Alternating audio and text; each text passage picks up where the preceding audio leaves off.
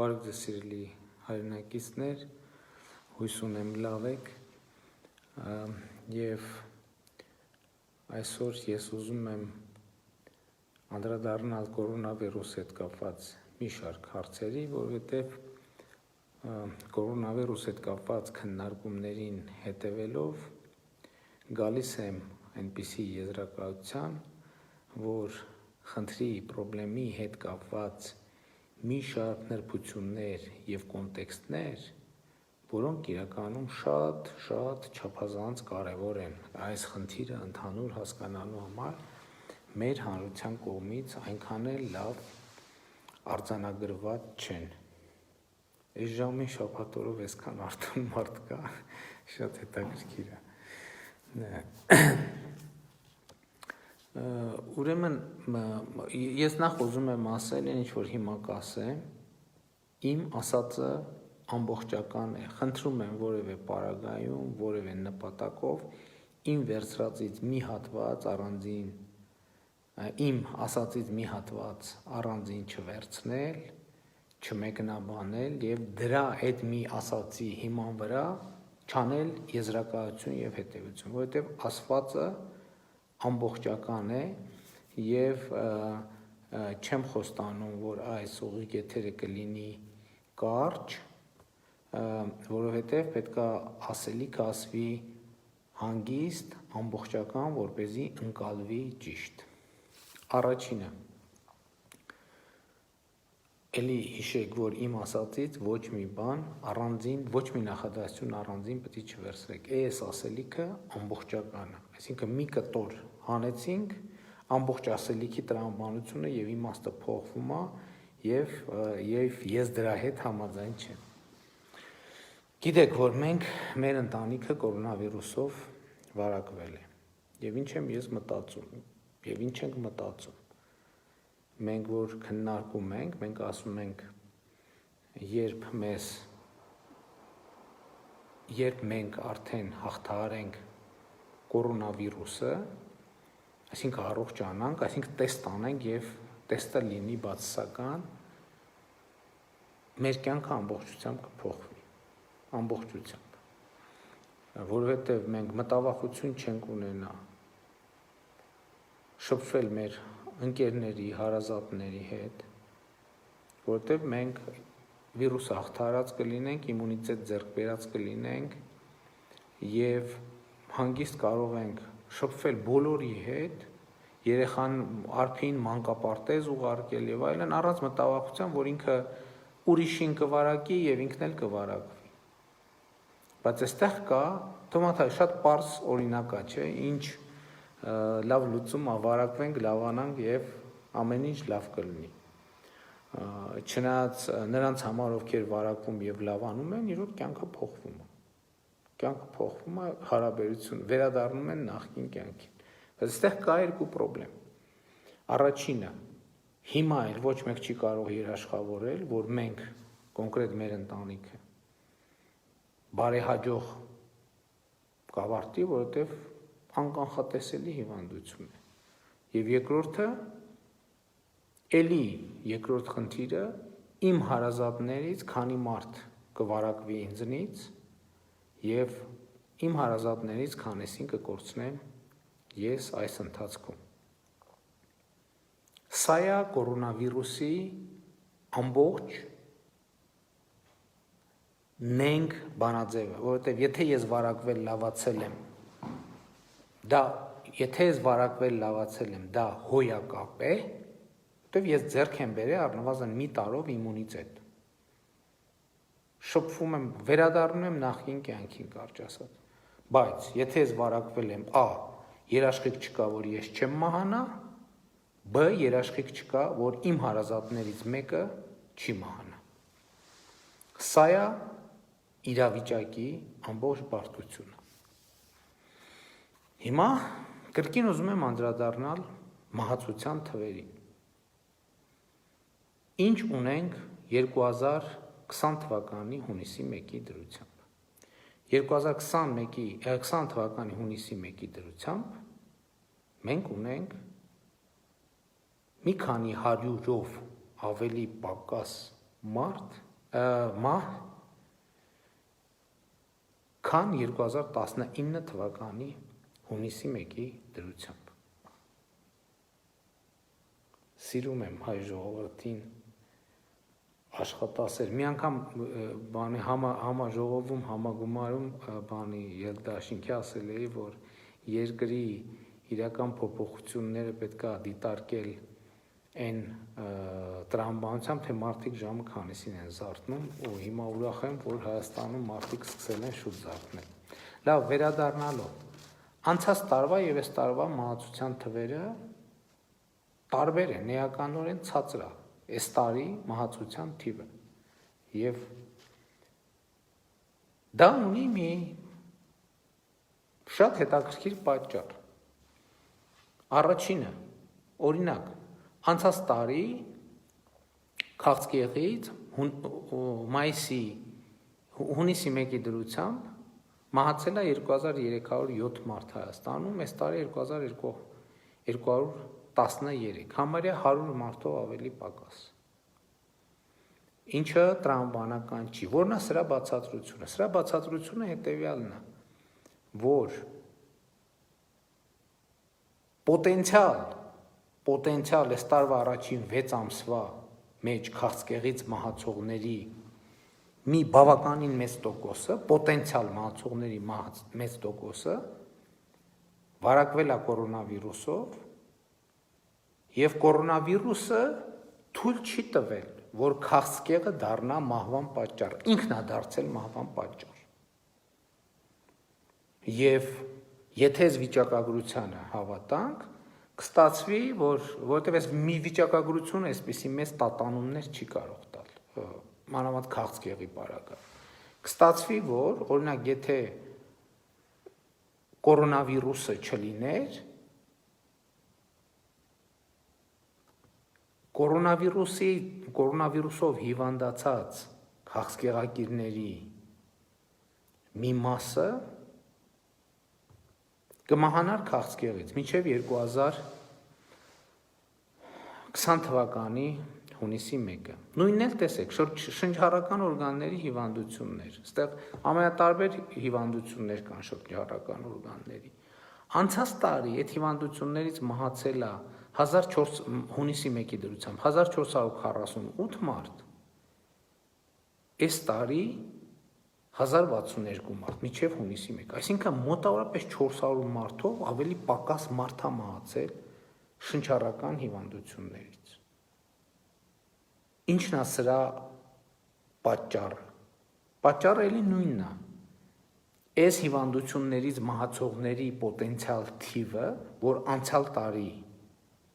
որ այս տարի մեծ հավանականությամբ կմահանար այս հիվանդություններից, կորոնավիրուսը թույլ չի տվել, որ այդ հիվանդությունից մահանա։ Ինքն է դարձել մահվան պատճառ։ Եվ ավելին 400-ով ավելի պակաս դեպք, դուք պատկերացնում եք 400-ով մոտավորապես ավելի պակաս դեպք։ Եվ ավելին,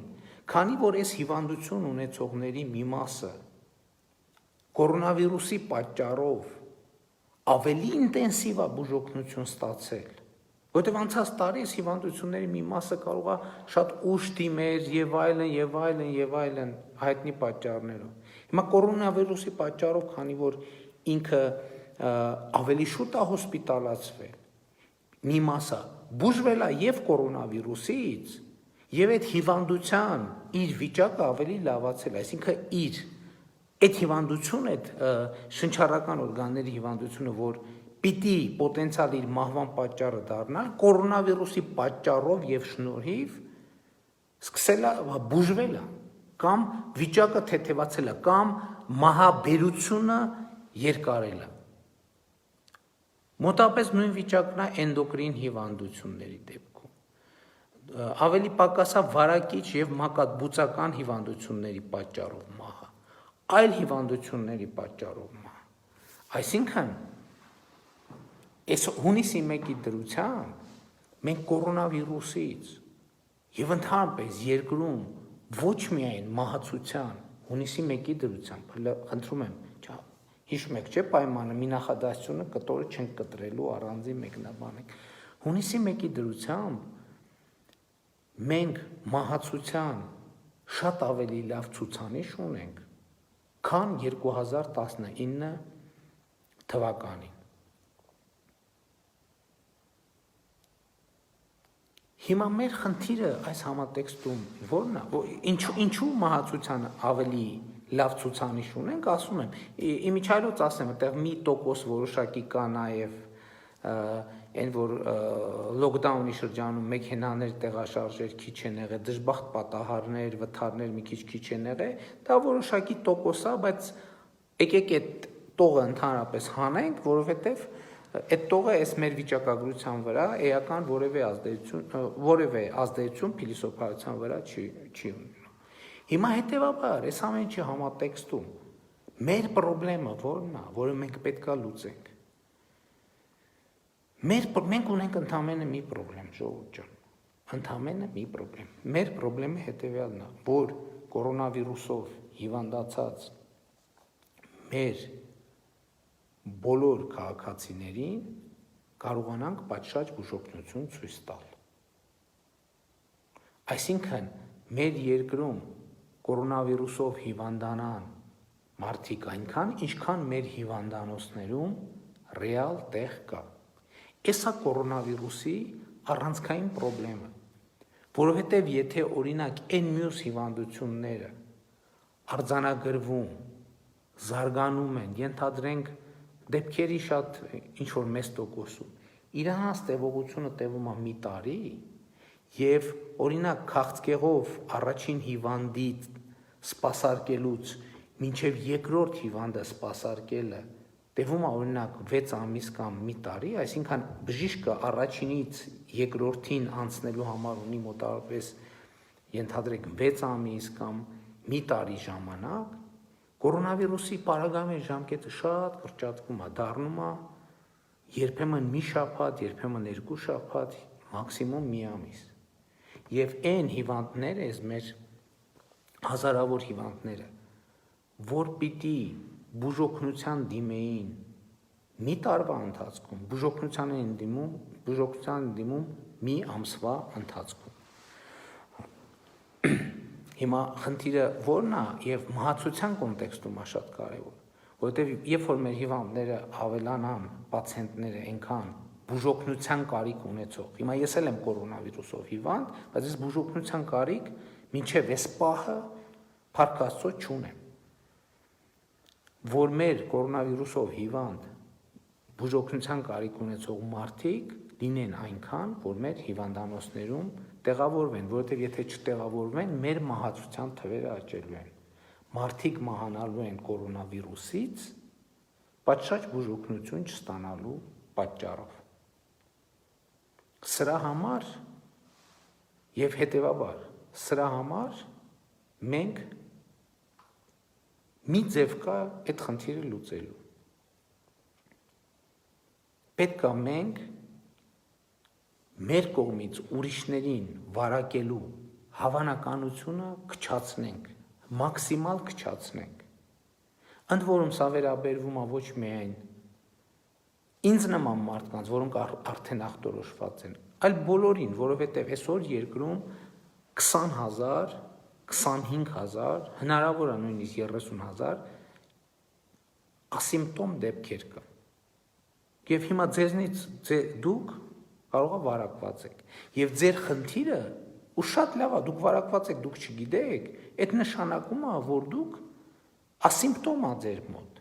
Այդ նշանակում է, որ դուք կլավանաք։ Եվ ձեր կյանքը դուք էլ չեք իմանա, չնայած որ ախտորոշվեք ասիմպտոմ լինի, դուք վստահ եք, որ վարակվել եք, լավացել եք, ձեր կյանքը լրիվ կփոխվի։ Դուք կդառնաք որևէ մտավախություն չեք ունենա, ոչ հարազատի, ոչ վարակելու, ոչ վարակվելու մտավախություն չեք ունենա, առնվազն մի տարի։ Հիմա բայց այս համատեքստում մեզնից յուրաքանչյուրի անելիքը մեկն է։ Մենք քչացնենք ուրիշների վարակելու հավանականությունը։ Հիմա ես օրինակ արդեն մի շաբաթ չեմ գնում կառավարություն, չեմ գնում աշխատանքի։ Ինչի համար։ Ոչ թե նրա համար, որ վատ եմ զգում, որ հիվանդ եմ, ես հիմա նույն ծանրաբեռնվածությամբ առնվազն պատրաստ եմ նույն ձևով հիմա աշխատում եմ եւ պատրաստ եմ նույն ձևով ամեն օր գնալ նույն ռեժիմով ընդհանրապես, բայց չեմ գնում ոչ թե նրա համար որ լավ չեմ զգում կամ չեմ կարող աշխատունակությունս ընկել, այլ որ ուրիշներին չվարակեմ։ Ավելի ճիշտ երաշխավորեմ, որ ուրիշներին չեմ վարակելու։ Այն պահից, երբ որ ես հասկացել եմ, որ ես պոզիտիվ եմ։ Դրա համար ասենք հիմա այստեղ դռնից ներս մարդ ընդհանրապես չենք թողում, որ մտնի։ Որտեղ մենք մեր ընտանիքով, որպեսզի ուրիշներին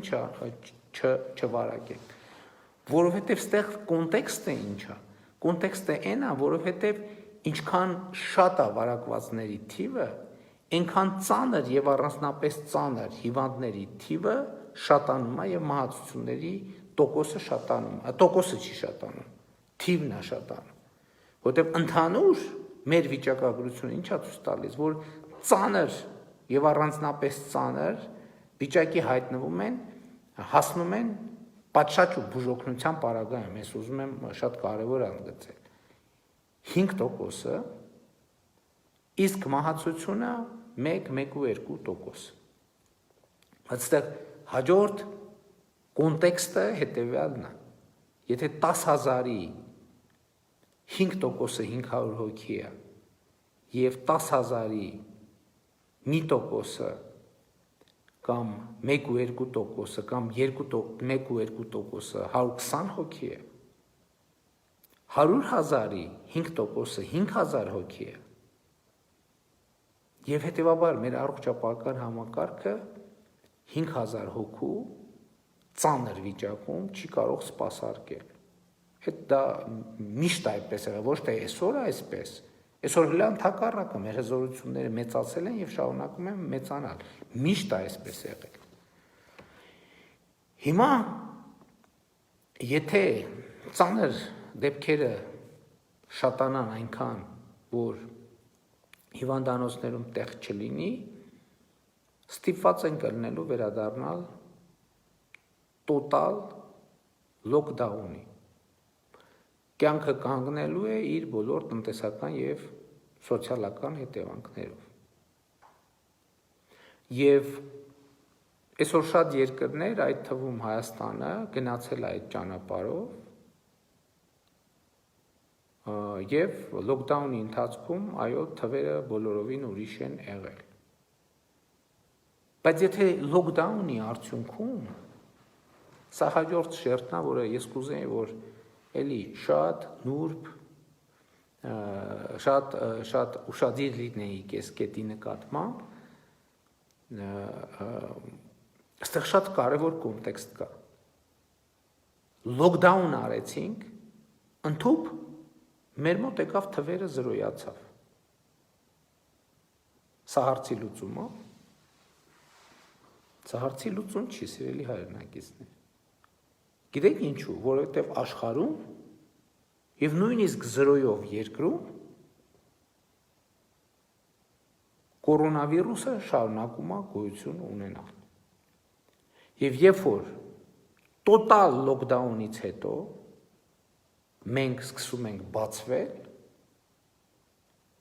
միևնույնն է վարակը սկսում է նորից տարածվել։ Եվ եթե մենք այսինքն հավանականությունը առաջանում, որ մենք ելի կհայտնվենք նոր լոկդաուն հայտարարելու անհրաժեշտության եւ խնդրի առաջ։ Ինչն է խնդրեմ այս պարագայում։ Այս պարագայում խնդրեմն է նա, որ ունքը սարքելու տեղը մենք տալիս աչքնել ենք հանում։ Ինչու՞, որովհետև մի կողմից մենք կորոնավիրուսի հարցը չենք լուծում, մյուս կողմից մենք տնտեսական ու սոցիալական կոլապսի ենք ենթարկում երկիրը։ Եվ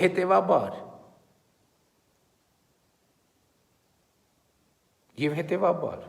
կորոնավիրուսի հետ կապված խնդրի լավագույն լուծումը ո՞րն է, որ մաքսիմալ շատ մարդիկ ինձ նման, ես հույս ունեմ, որ մեր մոտ հիվանդությունը մինչև վերջ ասիմպտոմ կլինի, ինձ նման ասիմպտոմ կամ շատ տանելի իրավիճակով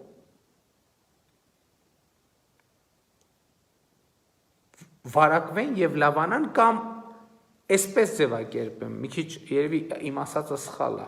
եթե ստացվի այնպես, որ ասիմպտոմ վարակված եւ լավացած դեպքերը շատ լինեն, դա է հարցի լուծումը։ Հիմա մեր ընկալումը ո՞րն է այս հարցի լուծման։ Մեր ընկալումն է նա, մենք ես երեկ ասել եմ, այսօրվա վիճակով առողջապահական համակարգը ինչ ուզի, մենք պետքա տանք, որ մենք առողջապահական համակարգի հզորությունները մեծացնենք։ Բայց նախ առողջապահական համակարգի հզորությունների մեծացումը ժամանակ է տանում, երկրորդն էլ դա անսահմանափակ չի։ Էլի հիշում եք այն քաղցկեղով հիվանդների դեպքերը, այսինքն պոտենցիալ, երբ որ X քանակի, մենք օր ունենում ենք 500, 600, 700, 800 հիվանդ, պացիենտ ու իրանց հիշում եք 5%-ը ծանր կամ առանձնապես ծանր վիճակի առնում, այլ հիվանդանոցները չեն կարողանում այս դեպքերը սպասարկել։ Եվ պրոբլեմը առաջանում։ Եվ հիմա մեր խնդիրը մեծագույն խնդիրը հետևյալն է, այնպես անել, որ բուժման կարիք ունեցող մեր քաղաքացիների թիվը համապատասխանի մեր հիվանդանոցային կարողությունների թվին։ Եվ սա անել ոչ թե վարչահրամայական մեթոդով,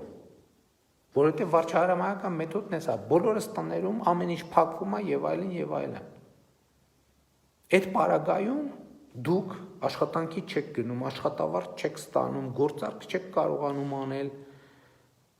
եկամուտ չեք ունենում, սա իր հերթին բերում է շղթայական ռեակցիաների, պետությունը հարկ չի կարողանում հավաքել, թոշակ չի կարողանում վճարել եւ այլն եւ այլն։ Սա բերում է պրոբլեմի, ոչ միայն կորոնավիրուսային, այլ տնտեսական պրոբլեմի։ Եվ հետևաբար իմ փիլիսոփայությունը եւ հայեցակարգը հետևյալն է,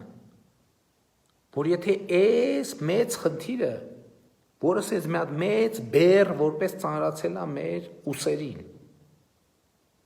բաժանենք պայմանական ասած 3 միլիոն մասի, բաժանենք մեր 3 միլիոնի ուսերին, ամեն մեկի ուսերին դնենք մի հատ փուճուր բեռ, որը ինքը իրականում կարա տանի, չնայած էլի դիսկոմֆորտ է, ուսը մի քիչ կցավի, մի քիչ հենց ավելի լավ է առանց ավելորդ բեռի քայլելը, բաժանենք այդ բեռը իրար մեջ, եւ ամեն մեկս այդ բեռը թեթև կրելով, համեմատաբար թեթև, կարող է ընդ որում ծանր է, բայց ուրիշ բան է, այդ բեռը, թեկուզ այդ շատ ծանր բեռը կրում է կառավարությունը մենակ, ուրիշ բան է, մենք բոլորով ենք այդ բեռը կրում, կա իրար հետ թեթև գնում ենք, շարունակում ենք առաջ։ Եվ հիմա մեր ամբողջ քաղաքականություն եւ տրամաբանությունը սա է։ Սա է, եւ այս խոսակցությունը ինչի ծագեց։ Երբ որ ես տեսնում եմ, որ կա հարցադրում, ասում են, հա ինչ ենք մենք դիմակ կրում, լավ ինչ ենք մենք սենց անում, լավ ինչ ենք մենք այդպես անում։ Ասենք օրինակ նույն հարցը, ինչու ենք դիմակ կրում ավտոմեքենայի մեջ նույն ընտանիքի անդամներով։ Հա հարցը թվում է թե տրամաբանական է, բայց դա ունի մի քանի շատ կոնկրետ պատասխան։ Առաջինը, որ ձեր տեսքով, շատ պրիմիտիվ բան պիտի ասեմ, կողքիններից գոնությունը բարձրացնեք, որովհետև մարդը երբ որ տեսնում է աջ, տեսնում է դիմակով մարդ, մարդը տեսնում է ձախ, տեսնում է դիմակով մարդ, իր այդ բանի զգացողությունը, զգուշավորության զգացողությունը վերադառնում է, որովհետև կորոնավիրուսով մենք շատ դեպքերում վարակվում ենք ինչի համար, որ մոռանում ենք պրոբլեմի մասին։ Որտեվ կյանքը առօրյա գործերով մենք 24 ժամ կորոնավիրուսի մասին չենք մտածում։ Եվ հետևաբար, երբ որ դուք մեքենայով երթևեկության մեջ դիմակներով եք, ուրիշների զգոնությունը բարձրացնում եք։ Երկրորդը, որ թույլ չտաք, որպեսզի նույն ընտանիքի անդամներ չհանդիսացող անձինք, օգտվելով նույն ընտանիքի անդամների իրավունքից, մեքենայի մեջ դիմակ չկրելու։ Իրանք դիմակ չկրեն եւ այդպիսով դառնան կորոնավիրուսի տարածման շատ կոնկրետ աղբյուր։ Այսինքն դուք ձեզ նշելով ուրիշին հնարավորություն չեն տալիս, որ ձեր ծխածածկույթի տակ գործի այլ տրամաբանության մեջ։ Սա երկրորդը։ Երրորդը, ի վերջո դուք ձեր մեքենան տանում եք, ինչ որ ժամանակը մեկ տանում եք սպասարկման, մեքենան լվանալու եւ այլն եւ այլն։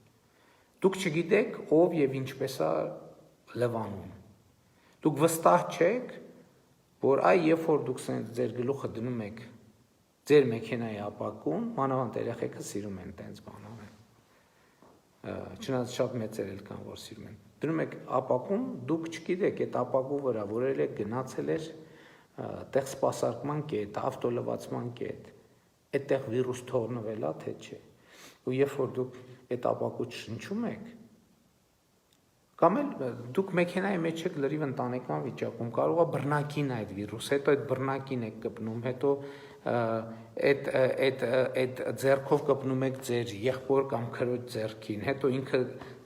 ձեռքը տանում է այսպես դեմքին եւ այլն, որտեղ ընտանեկան վիճակ է։ Հա կարող է այդքան զգոն լինի, որ անընդհատ ամեն հպումից հետո ձեռքերը աղտահանի։ Բայց այդ զգոնությունն էլ այդքան զգոնը լինի լավ է, բայց էս էլ մի ավելորդ երաշխիք է, որ վարակը չտարածվի։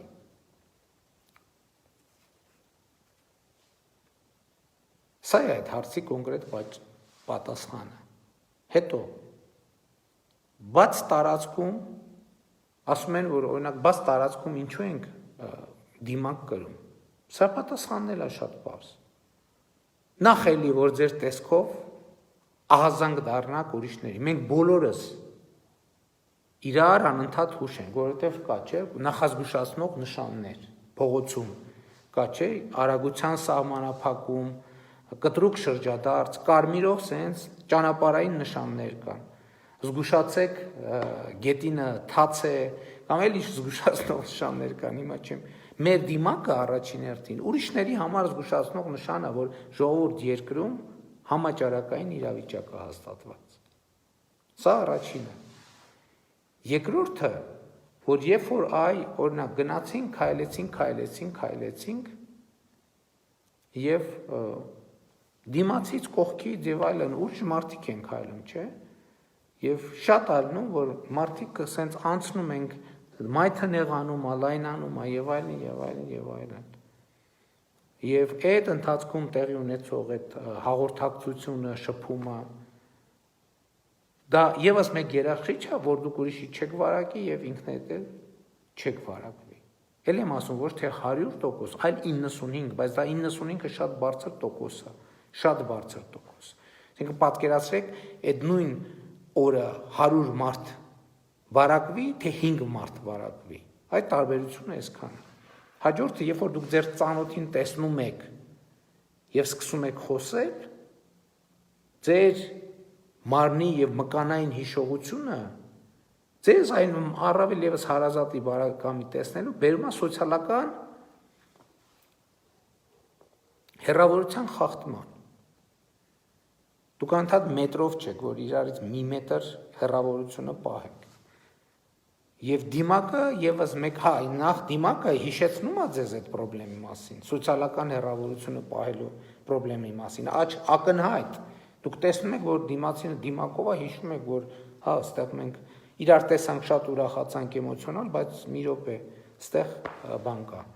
խնդիր կա, չեմ ասում, դիմակով երևի ծանոթները ավելի քիչ են ճանաչում իրար եւ ավելի քիչ են մոտենում եւ շփվում։ Եվ երրորդը, դուք կանգնացեք, ասենք օրինակ զբոսայգում կանգնացեք, մեկի մի մարդ կարող է պատահական ձեզ մոտենա մի բան հարցնի, կամ դուք նստած եք զբոսայգում, ձեզնից առաջ ինչ որ մեկը վարակվել է, ձեր ձեռքը կպել է ինչ որտեղ եւ այլն եւ այլն։ Դիմակը եւս մեկ երաշխիք է, որպեսզի ձեզ ապահովի վարակվելուց եւ երաշխիք է, որ դուք այդ նույն տեղում, եթե դիմակով եք, նշանակում է ձեր ձեռքին չեք կպնի եւ այլն, այդ նույն տեղում, եթե վարակված եք, ասենք օրինակ ասիմպտոմ վիճակ է, վարակված եք այդ նույն տեղում վիրուս չեք թողի, որ ձեզնից հետո եկողը վարակվի այդ վիրուսով եւ էլի ասում եմ, անծանոթը մոտեցավ մի բան ասեց, հիմա ցավոք սրտի այդտեղ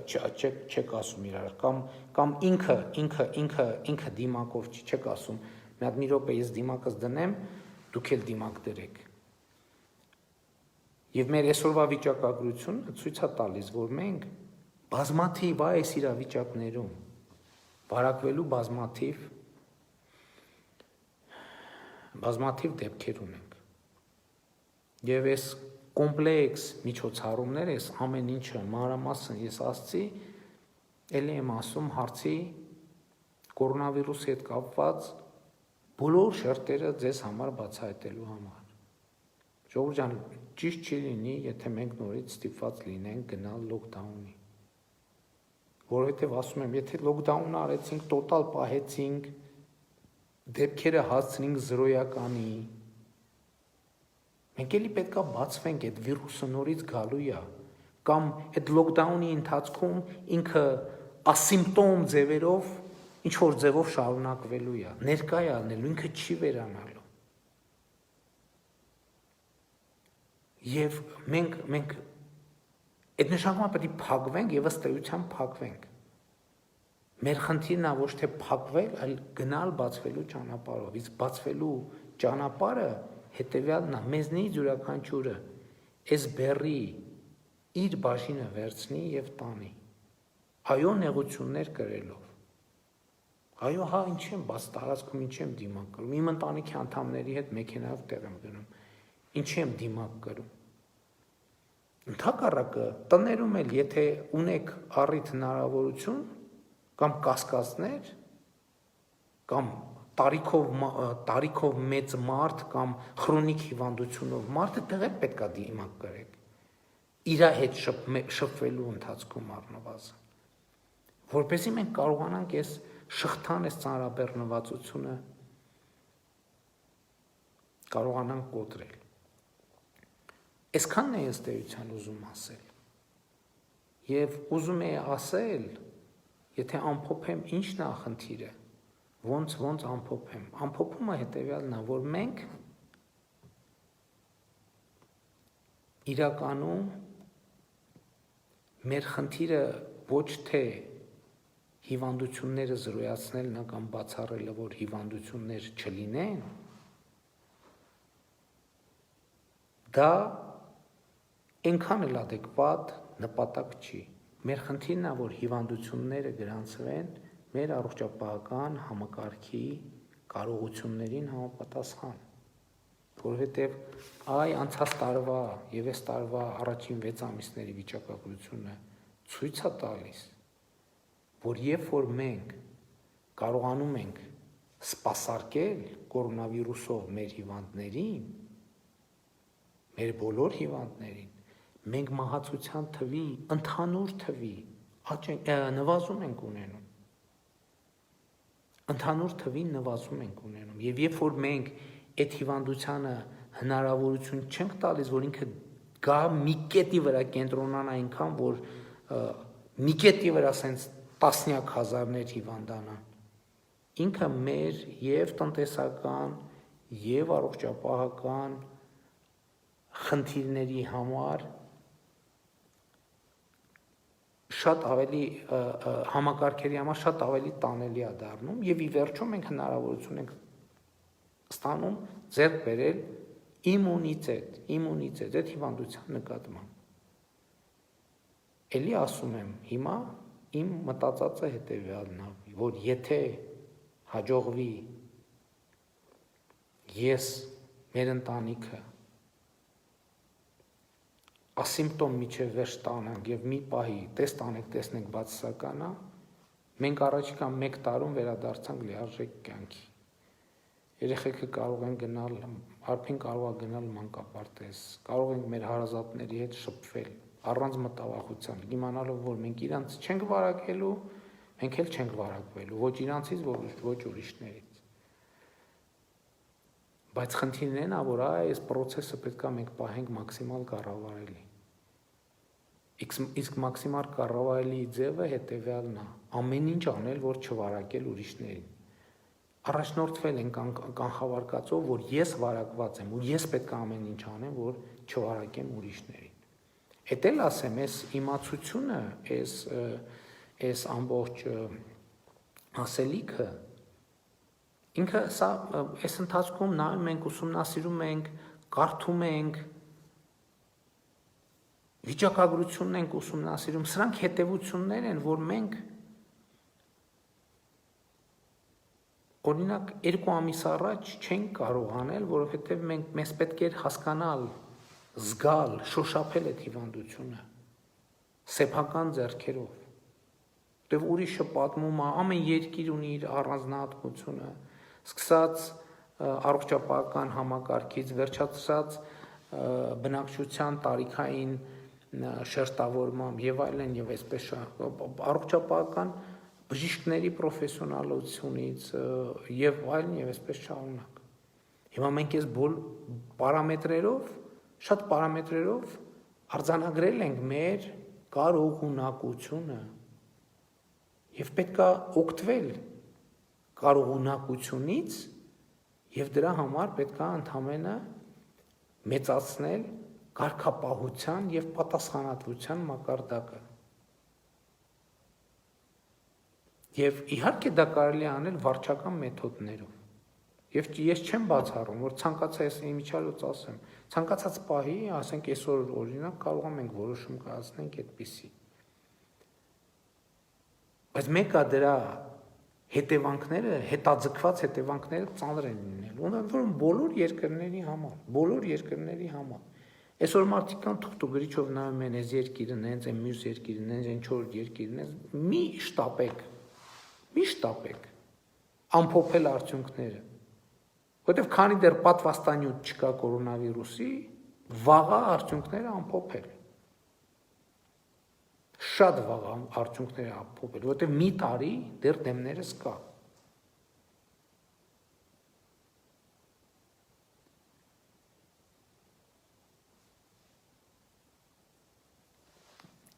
Այսքանն էի ասում ձեզ, ուզում ասել ձեզ սիրելի հայրենակիցներ, հույս ունեմ ինքը տենց խութերով ասելիք է, հույս ունեմ տենց ասելիքս կարողացա ճիշտ ձևակերպել, հասցնել ձեզ ու խնդրում եմ սկզբից պայման էի առաջարկել, որ այս ասելիքը մի հատված առանձին վերցած ինքը գոյություն չունի, ինքը պետք է նայել ամբողջության մեջ, այսինքն որևէ պարագայում մի նախադասություն այստեղից հանված, առանձին դրված, ես դրա հետ համաձայն չեմ։ Սա պետք է նայել ընդհանուր տրամաբանության մեջ եւ ուզում եմ, որ մենք իսկապես Հայաստանում հակահամաճարակային շարժում սկսվի։ Հիմա Հայաստանում պրո-համաճարակային շարժումներ են սկսած։ Եկեք հակահամաճարակային շարժում սկսենք եւ էլի որն է բանաձևը այդ շարժումը սկսելու եւ հաղթական ավարտին հասնելու, էլի մեկն է, քայլ արա, կրիր դիմակ, փրկիր կյանքեր, ախտանի ձեռքերդ, ամեն օր դիմակ կրի եւ պահիր սոցիալական հեռավորություն, բոլոր դեպքերում պահիր սոցիալական հեռավորություն։ Այս բանաձևի ճշգրիտ կատարումը մեզ բերում է հաղթանակ, այդ հաղթանակը մեր ձեռքերում է։ Մեր ձեռքերում այդ հաղթանակը։ Եկեք վերցնենք կամ հիմա կողքներս դիմացներս դրած, եկեք վերցնենք այդ հաղթանակը եւ պինդ պահենք մեր ձեռքերում։ Ախր կարող ենք մենք, դուք կարող եք, բոլորովս կարող ենք։ Ես համոզված եմ դրանում։ Ես համոզված եմ դրանում։ Սիրում եմ ձեզ, հպարտանում եմ ձեզանով եւ խոնարհվում եմ բոլորիդ առաջ։ Լավ եղեք, ժողովուրդ ջան, դուխով։